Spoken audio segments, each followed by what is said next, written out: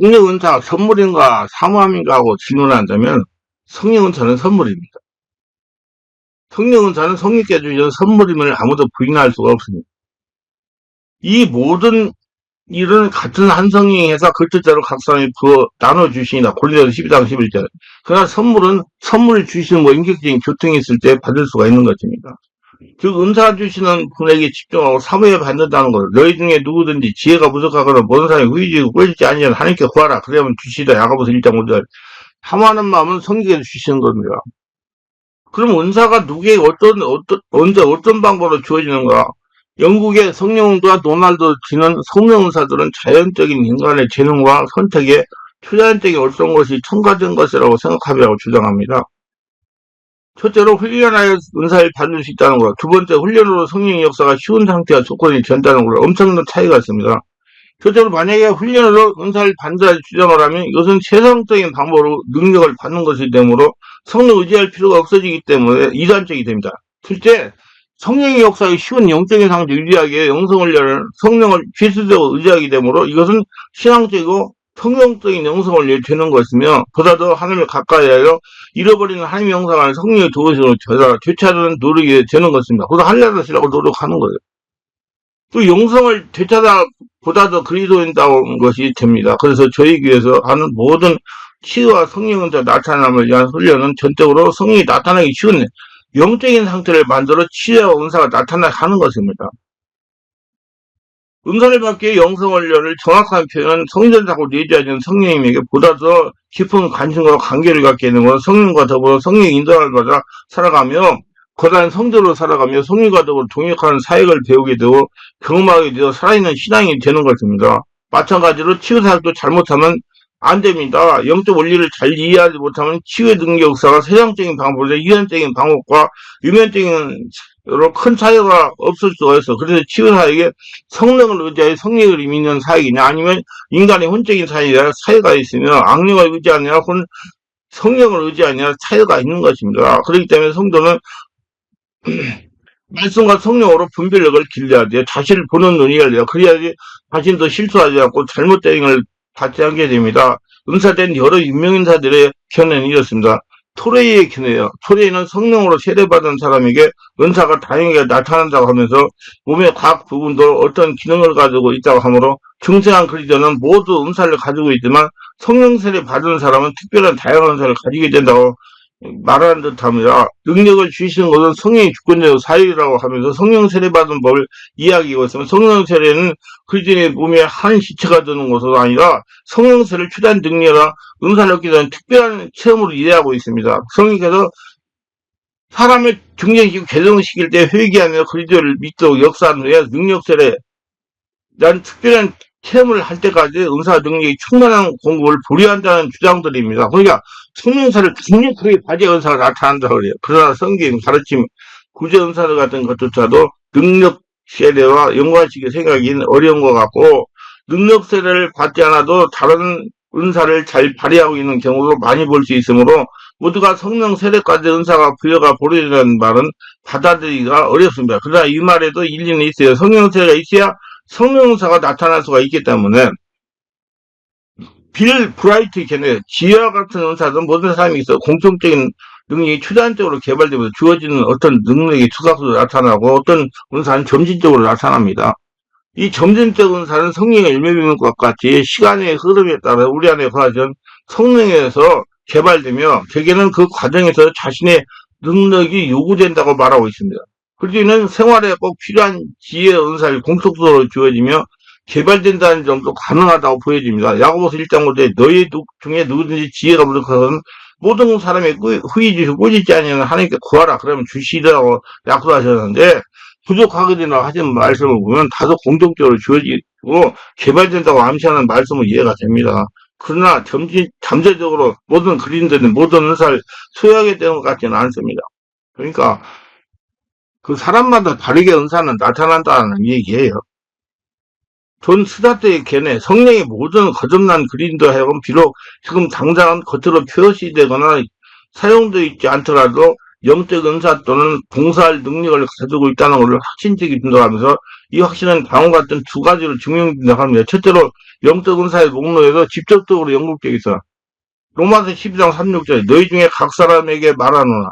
모든 각 사람이 나눠지는 믿음의 분량도 지혜롭게 생각하라. 고린도 12장에 때 이 모든 일은 같은 한 성령에서 그 뜻도 각 사람에게 나눠주시니라. 각각 은사를 받으러 하나님의 각양 은혜를 받은 선한 친까지 봉사하라. 베드로서 4장 11절. 그 은혜 받은 대로 봉사하라 그 말이에요. 그 자기 은사를 자기가 알아봐야 돼. 그건 뭐냐? 저는 그렇게 생각해요.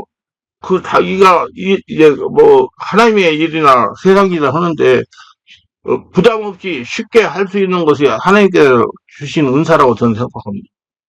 이 일을 하는데 어렵고 힘들다는 건 그건 잘못된 거예요. 쉽게 잘 돼야지 하나님이 주신 거죠. 보증의 역사가 따라가야 되니까. 둘째로 바울은 교회를 그리스도의 몸으로 비유하면서 각 지체의 다른 기능을 가졌다고 말합니다. 어떤 기독교인도 은사를 받지 않은 채 그대로 남아있을 수 없다는 사실은 신학적인 교회에 대한 근본적인 견해입니다. 어제 빠시의 견해, 어제 빠시는 어느 것이 자신에 관한 은사인지 알지 못하는 그 이유를 하나님이 처분에 맡기지 않았거나 하나님께서 쓰시기를 원하시는 곳과 그 장고를 따르지 않았기 때문이라고 말하고 있어요. 그러니까 하나님이 도구를 하는 일을 해면 은사가 나타난다는 얘기예요. 피터는 아군에게는 대다수의 그리인들, 어쩌면 모든 그리인들이 단 하나의 은사가 아니라 혼합 은사를 가지고 있고 각 은사의 등급이 있으며 거듭되는 활동을 통해 속달될 수도 있다고 보아야 됩니다. 그랬어요. 저도 똑같은 견해예요. 자, 저의 견해요. 하나님은 성령 세례 받은 사람이 누구에게나 사람을 차보다는 않으십니다. 성령은 사모하는 자에게 어떤 종류의 은사를 나타내시며 신앙의 유익을 가져게 하시며 은사의 종류 분별을 절대적으로 성령의 의지에 달려 있습니다. 성령의 은사에 대한 사모함을 주셔야 된다는 얘기예요. 그러니까 자기가 은사가 뭐가 왜 은사를 하고 싶다 그러면 성령께서 지금 사모함을 주셨다 그 얘기예요. 영분별을 하고 싶다 그러면 하나님께서 영분 은사를 주셨다는 거예요. 그러니까 그 분야를 연구하고 터득하면 열린다는 얘기예요. 그래서 이 모든 일은 같은 한 성령이 행하사 그때대로 각 사람이 나눠 주시라. 고린도 12장 11절. 또 자기 욕심을 은사를 지정하여 구하기보다도 내주하는 성령께서 감동하시는 은사를 예수님 믿고 성령으로 거듭난 성전된 성도와 교회 예배당을 유익을 주는 것에 목적을 두고 은사를 구하는 기도를 해야 되는 것입니다. 저희 경우 성령께서 사모하는 마음을 주셨대요. 성령이 지시한 일을 할 때 은사가 나타났어요. 예를 들면 질병으로 고통사하는 사람이 저에게 찾아왔을 경우 두려움없이 예수님을 기도할 때 성령 은사가 나타난다는 것입니다. 주일날 우리 교회에 가끔가다 이렇게 처음 온 사람들이 와요. 그래도 성령께서 뭐 안 되나? 그러면 또 그거 손고 기도하면 막 역사가 일어나요. 이게 그렇게 기도할 때 역사가 일어나는 거예요. 그러면 다른 사람들이 그거 어떻게 했어요? 아니 성령이 사람한 대로 한 거지 뭐요. 하나님이 날 통해서 하시니까 뭔 말인지 이해를 잘 하셔야 되는데. 예를 들면 병이 든 사람이 왔어요. 근데 나한테 얘기를 안 했어요. 그냥 기도 시간 되면 할 시간이 주일날에 할 시간이 없잖아요. 그러면 좀더 기도시키고 저는 돌아가면서 한 4, 50분 기도 시간을 가져오면서 안수를 해요. 한두 번, 뭐 어떤 사람은 3번도 해줘요. 해주는데 그 사람 앞에 갔더니 하나님이 손을 얹어서 기도해라. 그러면 손 얹어 기도가지고 이게 기도는 반발 알려고 기도해요. 그러면 성령께 또 갑자기 명령해라. 그러면 예수님 병 안에 질병을 떠나가라. 이렇게 명령하면 그 사람이 성령의 역사가 일어난다. 그 말이에요. 그게 때 이제 성령이 나를 통해 일하시는 거예요. 예를 들면 질병으로 고통당한 사람이 있을 경우 두려움없이 예수님을 기도할 때 성령 역사가 나타났다는 거예요. 저는 그렇게 사역이에요.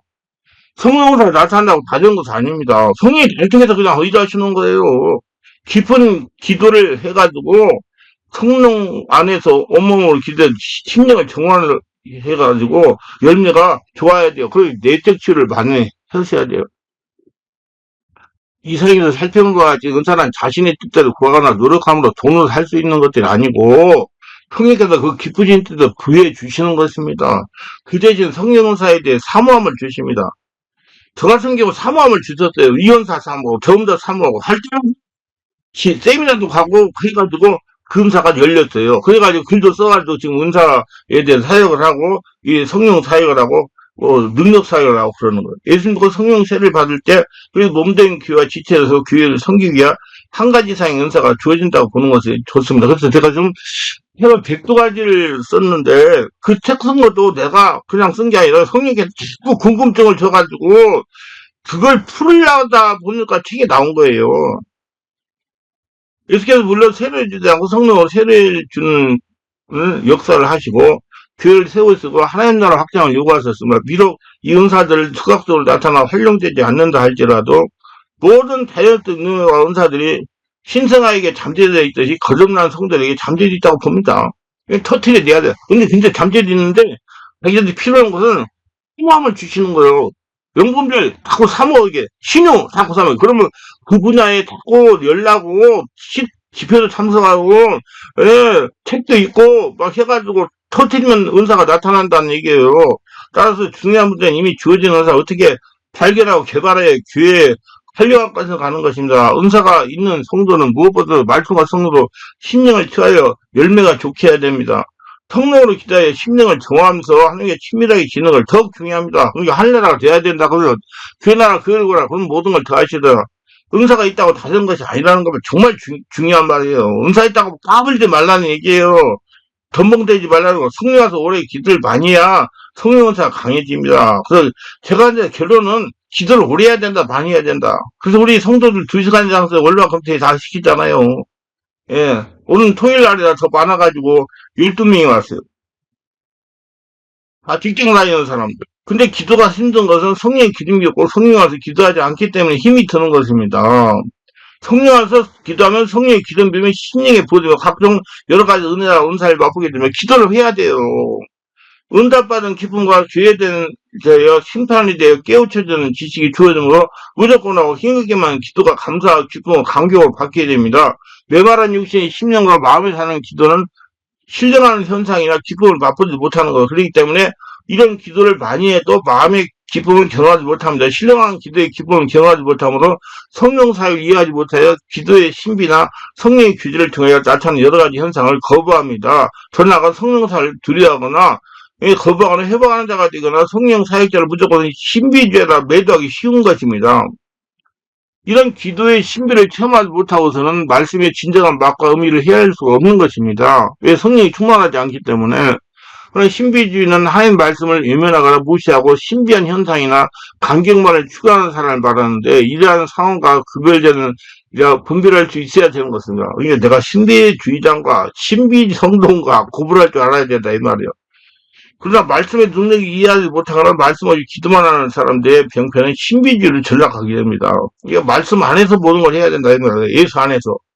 말씀이 예수잖아요. 말씀과 성령, 말씀과 신비, 성령사가 항상 조화를 이루어야 하고, 오로지 말씀 주장하고, 은사를 배척하는 사람은 이런 성령사에게 통해 나타나는 신비를 경험해 보아야 참다운 말씀의 진술을 알 수 있게 되는 것입니다. 성전들을 하는 이성적이거나 육신적인 기도나 단순히 마음의 기도만 할 것이 아니라 지성도적 성령의 깊이 몰입하여 기도하는 경험을 통해 성령이 나타나는 여러 가지 기도의 신비를 맛보아야 알 수가 있는 것이죠. 그래서 기도는 오래 많이 해야 돼요. 잠깐 해가지고 안 돼.